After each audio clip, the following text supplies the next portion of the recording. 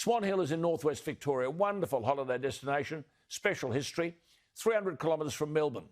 Andrew says, stop everything, including the Tennis Victoria Country Week, which was meant to kick off on Sunday with more than 1,100 players, friends, family, staff, volunteers heading towards these famous courts. Famous because the Tournament Country Week has gone on for years. In 2016, in fact, they named Novak Djokovic Swan Hill's honorary mayor. The club was formed in 1910. Now, people don't know this. It is the largest lawn tennis club in the world. 51 permanent grass courts and 4 hard courts. And it hosts Tennis Victoria Country Week on 51 permanent and 42 temporary courts. None of that means anything to Daniel Andrews. Businesses across Victoria have thrown out hundreds of thousands of dollars worth of food, and they've lost bookings on what was one of the busiest weeks of the year. And, of course, to all of that, you had a big race meeting at Flemington, Chinese New Year, Valentine's Day, weddings. It is sickening to even talk about it. But Andrews doesn't care. He exaggerates. He generates fear and alarmism. Stuart King is a Swan Hill councillor. He doesn't speak on behalf of the council, just a personal view.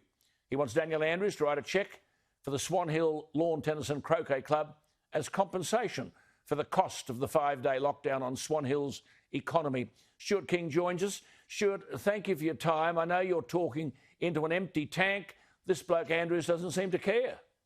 It seems that way, Alan. Thanks for your time.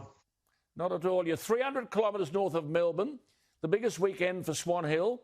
1,200 players, friends, family, staff, volunteers.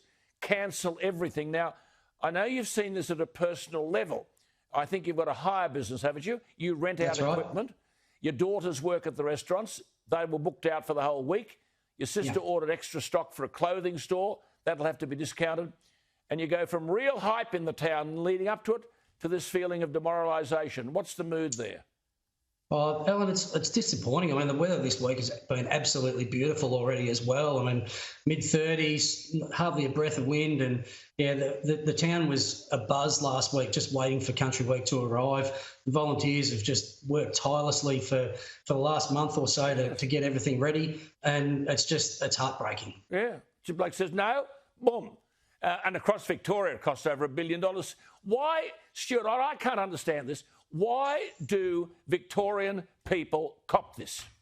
Alan, I think it's pretty clear that we continue to cop this because there's a flaw in our hotel quarantine system for returned overseas travellers. We cop it because of overreactive, unplanned policy on the run with no care at all for the devastating impact on... What if the bloke extends the lockdown?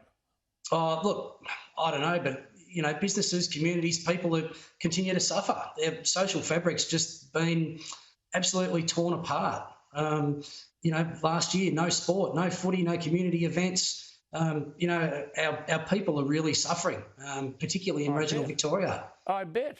But just Swan Hill, a quick one before you go. Swan Hill, all those businesses that ramped up for this big weekend. And we're talking about food and produce and stock, all that sort of stuff. You're hiring out equipment and whatever.